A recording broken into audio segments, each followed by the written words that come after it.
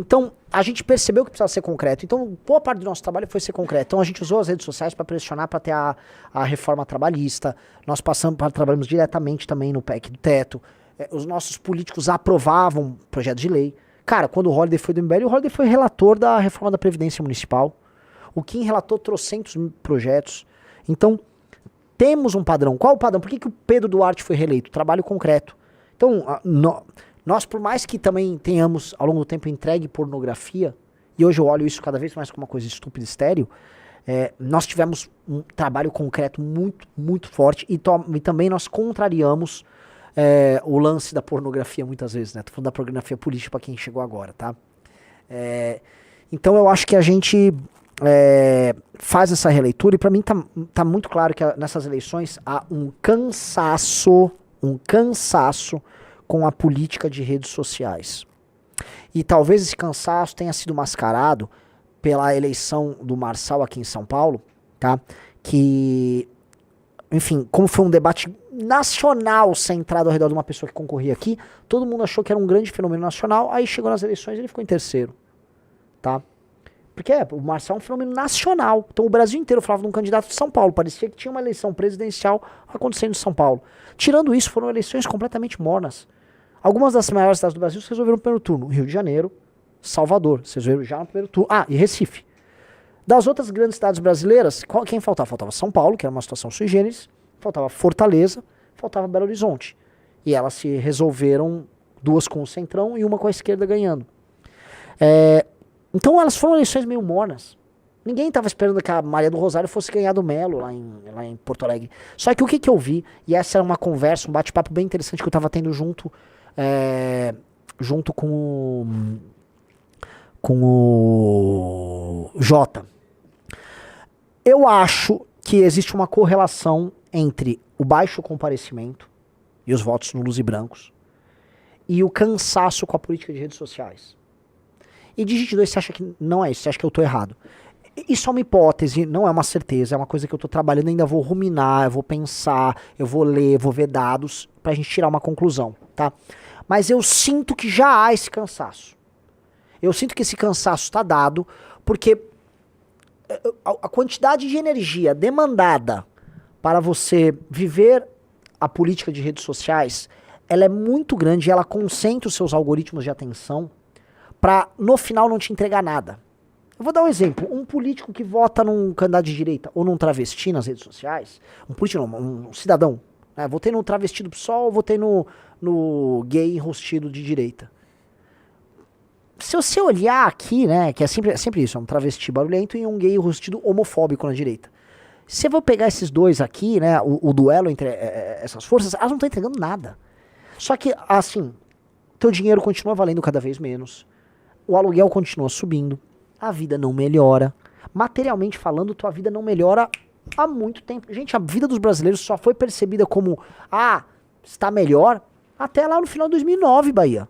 Então me parece que esse cansaço, tá? Me corrijam, eu quero ouvir opinião, eu quero ver superchats, eu quero uma leitura sobre isso, porque eu não tô com a opinião formada, e eu tenho muitas pessoas também inteligentes, eu só volto a falar. Eu acho que o que você tá falando faz sentido pelo fato de que em Fortaleza, o André...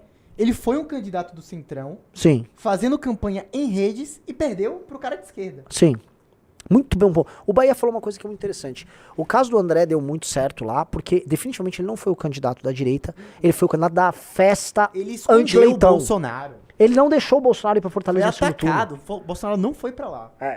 Ele adotou assim, eu sou um candidato festeiro, que não gosta do leitão, e ele vendeu, ele basicamente ele se reinventou, o André Fernandes. Ele virou um novo personagem com um tipo de atuação política muito diferente. Quase venceu as eleições. E foi, vamos dizer, comprando um tipo de política muito comum no Nordeste e não comprando o tipo de política que a gente imagina da direita. Ele não foi o candidato das armas, não sei o quê. Não foi. Tá? E com propostas assim, genericona, não tinha nada de direita ali. Nada de direita. Ele seria basicamente um político do Centrão. Sim.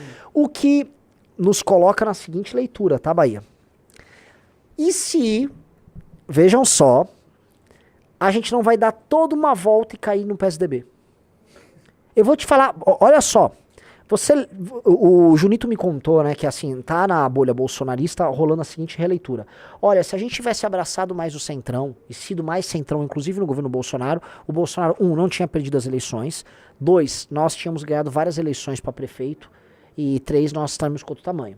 Sim, vocês estão falando em virar políticos do centrão. Isto não é um grande dilema na política brasileira, tá? Não é que os bolsonaristas estão tendo uma epifania eureka, não. Eles estão querendo virar o que acontece com qualquer político de qualquer matriz, e que já aconteceu na política brasileira antes, tá? Que é virar centrão. Gente, deixa eu explicar uma coisa pra vocês. Se vocês sabiam que os caras do MDB, nos anos 70 e anos 80, eles eram quase revolucionários perante boa parte da população, vocês sabiam que Orestes Quércia, vamos dizer, um titã do centrão paulista, um titã, o Quércia, assim, é um cara, fala aí um cara do PSD lá do interior da Bahia que você... O Coronel. Eu tô esquecendo o nome. Tem um cara Ângelo famoso. Coronel. O Ângelo Coronel, mas tem uma Otto Alencar. Otto Alencar. O Quércia era um Otto Alencar de São Paulo. Você sabia que o Quércia, ele era quase revolucionário nos anos 70? Ele era quase revolucionário. Se eu for pegar vários nomes que fundaram o PSDB e eram do MDB, eles eram figuras muito, vamos dizer, ativas contra a ditadura militar, Bahia. E depois, ao longo das suas carreiras, eles falam assim, olha, pra eu ser viável, eu tenho que virar centrão. E todos vieram centrão. Então não há novidade nesse raciocínio do bolsonarismo. A ideia de que você vai se tornar centrão é a ideia de que é uma força... É centrífuga e centrípeta, né? Centrípeta é a força pra dentro. Que é uma força que te puxa pra dentro. E o dentro é a natureza brasileira, que é a natureza centrão. Então é como se você tivesse... eu tô aqui muito longe desse centro, tô indo pra direita, mas na verdade a energia te volta pra dentro, tá? Então, essa energia... Vocês estão entendendo? Essas analogias envolvendo coisas só da física, agora vocês vão falar, mano, o que eu tô falando aqui? Mas eu acho que tudo isso é puxado pra ser centrão. Então... o raciocínio dos bolsonaristas é temos que virar centrão. Esse raciocínio já foi feito por todo mundo. E aí, sabe o que você vai virar se você for um cara de centrão? Se um bolsonarista virar um centrão, sabe o que ele vai virar? Um tucano. O que era um tucano? Ele era um antipetista que não comprava certas pautas que tiravam voto no segundo turno. Então, se você não parecer tão radical pro segundo turno, você aumenta a sua taxa de votos entre mulheres. Se você não for tão radical, você consegue alguns votos entre populações mais humildes, mais desinformadas. Você vai virar isso, porque assim, não existe nenhuma novidade. Você está fazendo basicamente o que os marqueteiros mandam. E se um marqueteiro olhar pra você, meu amigo que tá assistindo, e falar o seguinte, o que é o voto da população? Ele vai mandar fazer algumas pesquisas chamadas Quali, que ele vai botar num focus group algumas pessoas representando estratos ou segmentos ali da sociedade em questão. Ele vai pegar os mínimos denominadores comuns e ele cria um candidato genérico que fala coisas mais ou menos genéricas e que tem um antipetismo genérico, e esse cara vai e ganha a eleição. Isso não é novidade, isto é ser um político genérico. Então, o raciocínio que os bolsonaristas estão chegando é o seguinte: para ganhar municípios e talvez estados, vão precisar virar o quê? Um PSDB. E quem está falando aqui é o Renan do MBL, que é chamado de, o MBL é tucano. Não, a gente está só apontando para vocês o seguinte: há um problema. E nós não... Por que nós nunca quisemos adotar isso? Porque nós somos aqui verdadeiramente radicais. Porque nós queremos romper com a forma como essa política é feita. Porque a forma centrônica como nós fazemos política, em grande medida, é o que determina o nosso fracasso. E não a esquerda. Mas a esquerda é ruim? A esquerda atrapalhou. Sim, é como se fosse uma nova camada problemática que se misturou. Ela se misturou porque, vamos pensar o seguinte, a ideia de um Estado grande, tô falando aqui bem já, a ideia de um Estado grande, ela combina muito também com a infiltração que grupos sindicalistas, setores representativos deles têm. E também a ideia de um assistencialismo misturado com uma máquina pública cheia. Tipo, faz muito sentido você ser centrão e esquerda quando você é um cara do sindicato dos professores. Entendeu? Então, a esquerda se misturou nisso aí, mas ela se misturou a uma estrutura já existente. A esquerda, a galera que tá assistindo, a esquerda não existe antes da política brasileira. A política brasileira precede a existência da esquerda organizada, mas precede muito.